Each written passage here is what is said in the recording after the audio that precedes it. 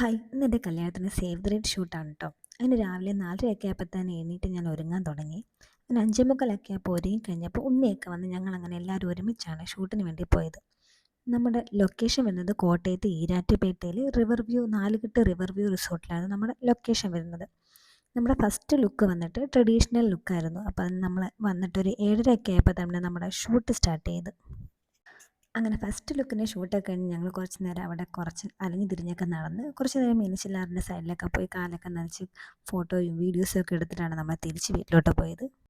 അടുത്ത ഷൂട്ട് ഇന്ന് വൈകുന്നേരം തന്നെ എടുക്കാനാണ് ഞങ്ങളുടെ പ്ലാൻ. അപ്പം നമ്മുടെ സെക്കൻഡ് ലുക്ക് വരുന്നത് കുറച്ച് മോഡേൺ ടൈപ്പുള്ളൊരു ലുക്കാണ്. അപ്പം വൈകുന്നേരം 4 മണിക്ക് ശേഷമുള്ള ലൈറ്റിൽ എടുക്കാനായിരുന്നു ഞങ്ങൾ ഉദ്ദേശിക്കുന്നത്. അപ്പോൾ പോയ വഴിക്കാണെങ്കിൽ ഞങ്ങൾ കുറച്ച് കടയിൽ കുറച്ച് ഫാൻസി സാധനങ്ങളൊക്കെ വാങ്ങിച്ചിട്ടാണ് പോയത്. എൻ്റെ കൂടെ വന്നത് എൻ്റെ ചേച്ചിയും ഉണ്ണിയുടെ കൂടെ വന്നത് അവൻ്റെ അനിയനുമായിരുന്നു. അങ്ങനെ ഫുഡൊക്കെ കഴിഞ്ഞിട്ട് വീട്ടിലെത്തിയപ്പോഴത്തേന് 2:30 ആയിരുന്നു കേട്ടോ. അപ്പോൾ നമുക്ക് 3:30 ആകുമ്പോൾ തന്നെ ഇറങ്ങുകയും ചെയ്യണം അടുത്ത ഷൂട്ടിന് വേണ്ടിയിട്ട്. അപ്പോൾ ചെന്ന ഉടനെ ഫ്രഷായി ഡ്രസ്സൊക്കെ മാറിയിട്ട് ഞാൻ ഒരുങ്ങാൻ തുടങ്ങി കേട്ടോ. അപ്പോൾ ഡ്രസ്സൊക്കെ മാറാൻ എന്നെ ഹെൽപ്പ് ചെയ്ത് എൻ്റെ വീടിനടുത്തുള്ള ആര്യയായിരുന്നേ. അപ്പോൾ അങ്ങനെ ഡ്രസ്സൊക്കെ മാറി ഇത്തവണ നമ്മൾ ഷൂട്ടിന് പോകുമ്പം അയിനും ചേച്ചിയും പിന്നെ പൊന്നും നമ്മുടെ കൂടെ വരുന്നുണ്ടായിരുന്നേ. അങ്ങനെ വണ്ടിയെ പോയ വഴിക്കാണ് ഞങ്ങൾക്കൊരു പ്ലാൻ തോന്നിയത്, നമുക്ക് പൂവും കൂടി വാങ്ങിച്ചാലോ ഈ ലുക്കിലെന്ന്.